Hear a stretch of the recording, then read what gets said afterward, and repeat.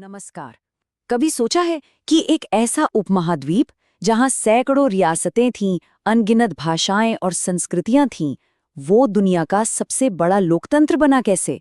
आज हम इसी की अविश्वसनीय कहानी में उतरेंगे। ये कहानी है जबरदस्त इच्छा शक्ति, बड़ी-बड़ी चुनौतियों और एक शानदार विजन की। तो चलिए शुरू करते हैं। देखिए, 1947 में भारत को बनाने वालों के लिए ये कोई किताबी सवाल नहीं था। ये तो उनके लिए एक तरह से जिंदगी और मौत का सवाल था।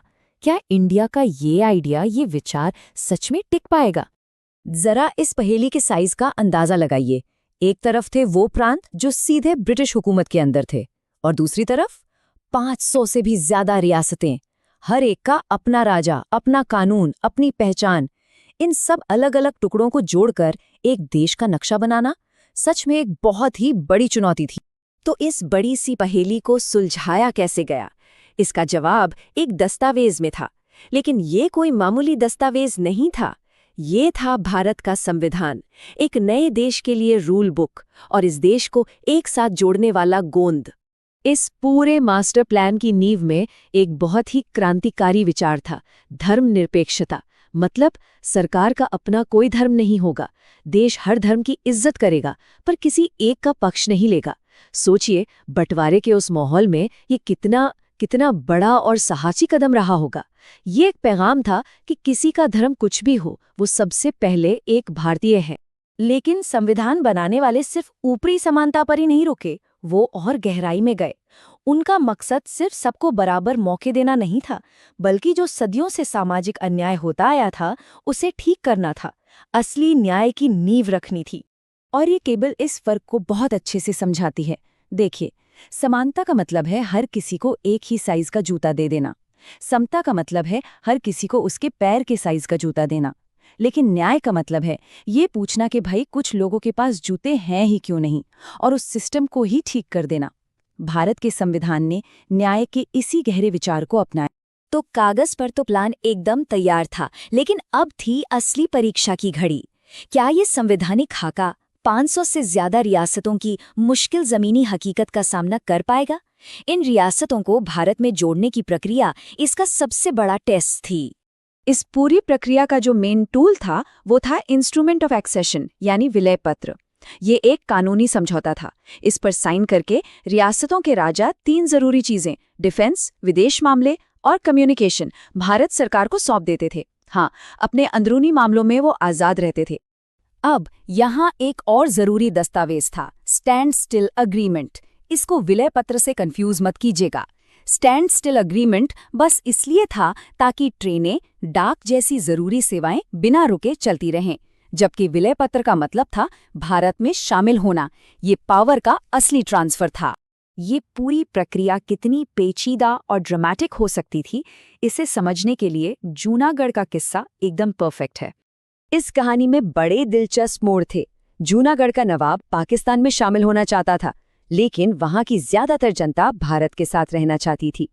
जब नवाब पाकिस्तान भाग गया तो उसके दीवान ने भारत से एडमिनिस्ट्रेशन संभालने की गुजारिश की, और इसी से रास्ता खुला एक निर्णायक जनमत संग्रह का। और जब लोगों की बारी आई ना, जब उन्हें अपनी आवाज उठाने का मौका मिला, तो फैसला एकदम साफ था। 99% से भी ज्यादा लोगों ने भारत के साथ जाने का फैसला किया। ये लोकतंत्र की ताकत थी जिसने इस विलय पर आखिरी मुहर लगाई। लेकिन हर मामला जूनागढ़ की तरह जनमत संग्रह से हल नहीं हुआ। हैदराबाद, जो भारत के दिल में बसी सबसे बड़ी और अमीर रियासत थी, उसने आजाद रहने की कोशिश की।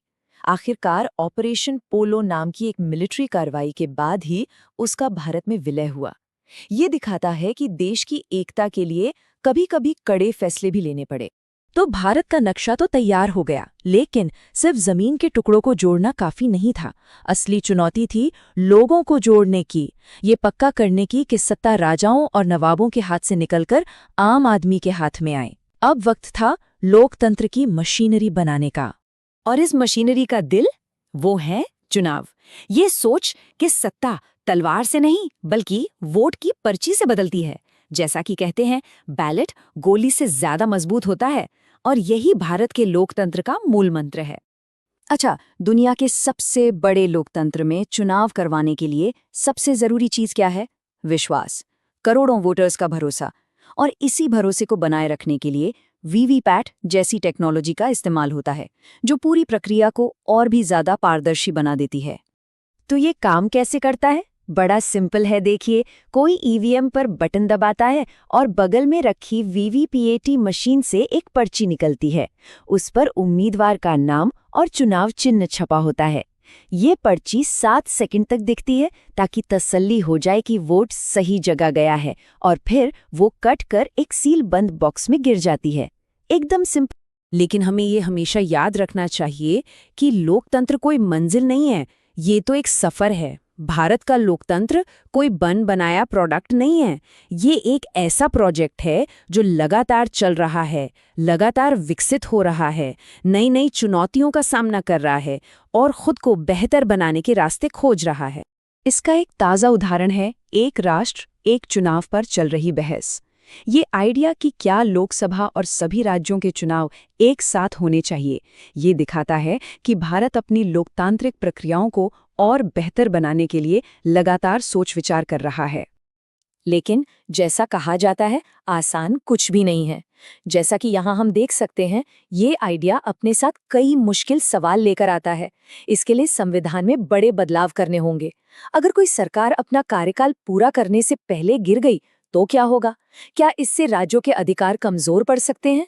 ये बहुत ही बड़े और अहम सवाल हैं जिनका जवाब ढूंढना अभी बाकी है। और हाँ, लोकतंत्र का मतलब सिर्फ चुनाव नहीं होता। इसका मतलब होता है मिलकर मुश्किलों को सुलझाना।